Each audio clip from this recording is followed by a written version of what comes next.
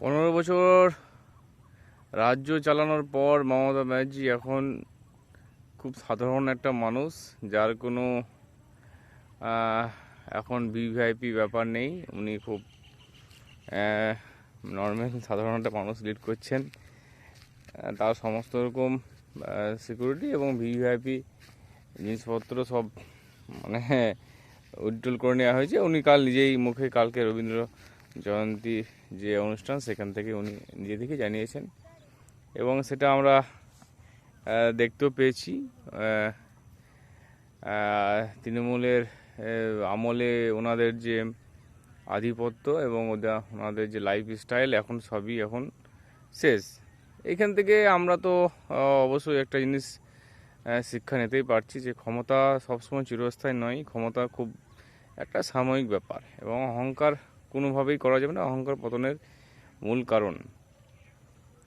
তো রবীন্দ্র মঞ্চ থেকে মমতা ব্যানার্জি সিপিএমদেরকে নিয়ে একটা বামপন্থী সিপিএমদেরকে নিয়ে একটা বা সমস্ত বিজেপি বিরোধী রাজনৈতিক দলদেরকে নিয়ে একটা মানে পথ খোলা রাখছেন যে আমার সঙ্গে আপনারা আলোচনা করতে পারেন, আমি আলোচনা রাজি আছি।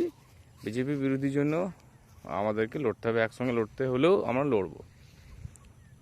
তো এই প্রস্তাব তো সিপিআইএম একদমই প্রত্যাখ্যান করে দিয়েছে।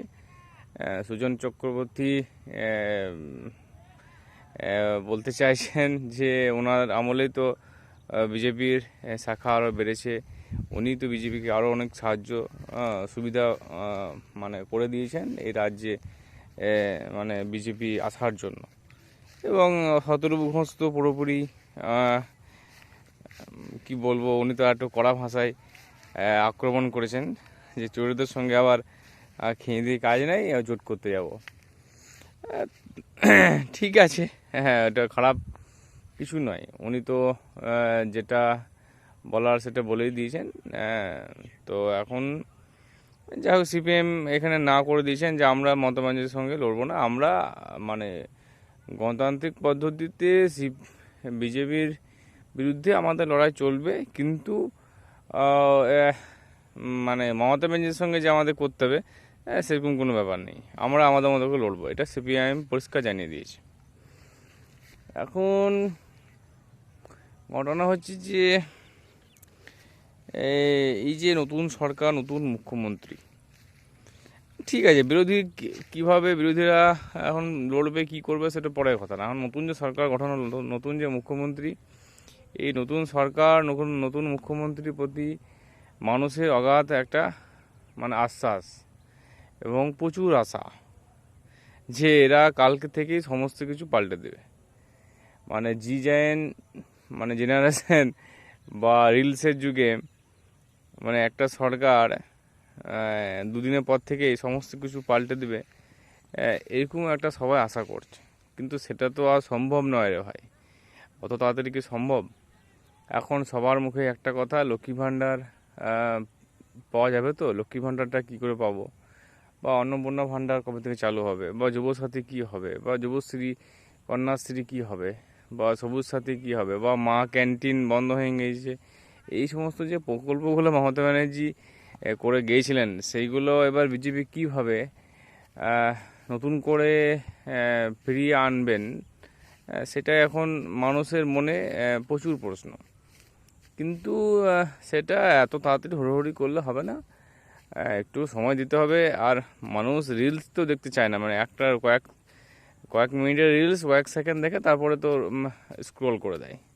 তো সেই যুগে মানুষ এত অধৈর্য হয়ে পড়েছে যে কাল থেকেই মনে হচ্ছে যেন সমস্ত কিছু পাল্টে দিতে হবে।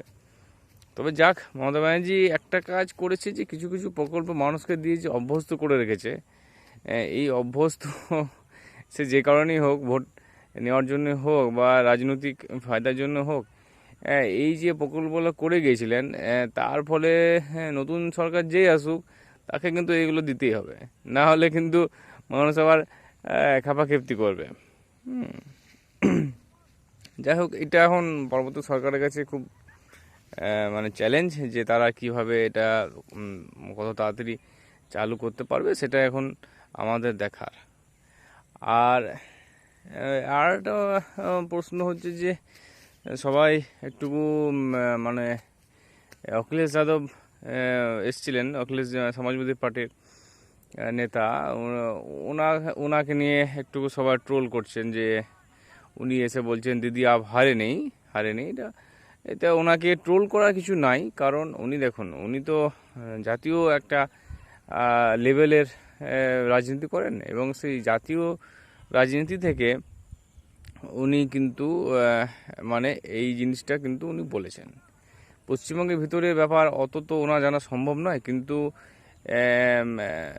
উনি এসছিলেন এবং যেমন বিহার বা অন্যান্য স্টেটে যেভাবে বিজেপির আর কি ইভিএম কারচুপির যে একটা ঘটনা, মানে এই মানে অভিযোগ আসে, মানে সেটা মানে প্রমাণিত হতেও পারে না হতে পারে, কিন্তু একটা অভিযোগ যে বিজেপির এগেনস্টে করা হয় যে বিজেপি ইভিএম কারচুপি করে, সেইটার জন্য হয়তো সেই জায়গা থেকে, সেই দৃষ্টিভঙ্গি থেকে মানে এই বছর আমাদের পশ্চিমবঙ্গে এসআইআর হয়েছে, অনেক ভোটারের নাম বাতিল গিয়েছে, লজিক্যাল ডিসপ্লেন্সির নামে অনেক গণ্ডগোল হয়েছে। তো এই জিনিসগুলো উনি মমতা ব্যানার্জিকে সৌজন্যমূলক সাক্ষাৎ করেছেন এবং তারপর একটা প্রেস কনফারেন্স করেছেন, এবং প্রেস কনফারেন্সের যে কথাগুলো বললেন একদমই মানে কোনো কথাই কিন্তু মানে ফেলার নয়, খুব সুন্দর কথা বলেছেন। এবং আমি ওই অভিষেক ব্যানার্জি পাশে দাঁড়িয়েছিল এবং উনি যে প্রেস কনফারেন্সটা করেছিলেন সেটা কিন্তু আমি পুরোটা দেখেছি। কথাগুলো উনি ওনার মতো করে যথেষ্ট ভালো বলছে, কথাগুলো কেউ খারাপ বলতে পারবে না। তো যাই হোক, এখন মমতা ব্যানার্জি ক্ষমতাচ্যুত হয়েছেন, তাতে সবাই খুশি। মানে মানে এখন বিজেপি কিভাবে জিতেছে না জিতেছে এটা কেউ মাথায় ভরতে চাইছে না, যে ভাই যা হয়েছে ভালো হয়েছে। মানে প্রচুর ক্ষোভ, প্রচুর রাগ। হ্যাঁ, এগুলো মন করলে দিদি একটুকু অ্যাডজাস্ট করতে পারতেন, কিন্তু ওই যে অহংকারী, যে হয়তো যারা তৃণমূল করতেন তারাও বলছে যে ভালো হয়েছে, প্রচুর অত্যাচার করেছে।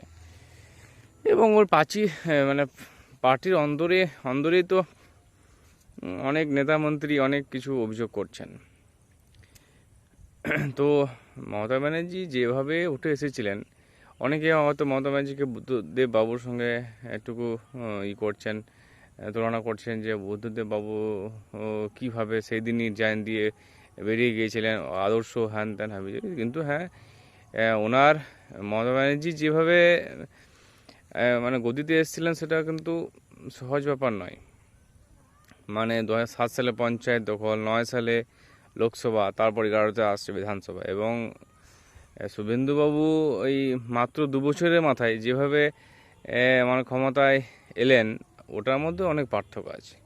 মানে মমতা ব্যানার্জি 2011 সালে আসা এবং 2026 সালে শুভেন্দুবাবুর আসা কিন্তু এক নয়, এটা অনেক একটা বড় তফাৎ আছে, এটা মানতেই হবে। এবং উনি যেভাবে এসেছিলেন এত তাড়াতাড়ি যাওয়ার কথা নয়, কিন্তু আত্মঅহংকার এবং কিছু ভুল ডিসিশনের জন্য চলে গেলেন। মানে দিনের পর দিন ডাক্তাররা একটা আন্দোলন করছেন, তো সেখানে আপনি যান, কথা বলুন, দরকার হলে ক্ষমাও চান। দিনের পর দিন শিক্ষকরা আন্দোলন করছেন, একটু যান রে ভাই, আপনি মুখ্যমন্ত্রী, আপনার প্রতি অনেক আশা আছে। যে সমস্ত কারণে বিভিন্ন ওই যে অভয়ের মা যে ওর তো একটা মেয়ে চলে গিয়েছিল, ও কষ্ট করে পড়িয়ে এতদিন তিনি মানুষ করেছেন, তো অভয়ের মাকে যে একটু দেখাও করতেন, তবুও তো মানে গোটা বিশ্বের মানে গোটা রাজ্যের মানুষের মনটা গলতো, যে হ্যাঁ ওর মায়েরও মন গলতো এবং গোটা রাজ্যবাসীরও মনটা গলতো। তো না, উনি করবেন না, এইসবগুলো উনি করবেন না। বিভিন্ন রকমের যে সমস্যা ছিল, সেই সমস্যাগুলো উনি নিজে মন করলে সমাধান করতে পারতেন, কিন্তু করেননি। তারপরে বিভিন্ন রকমের দুর্নীতির সঙ্গে যুক্ত বিভিন্ন ক্যান্ডিডেটকে উনি কি করেছেন, টিকিট দিয়েছেন।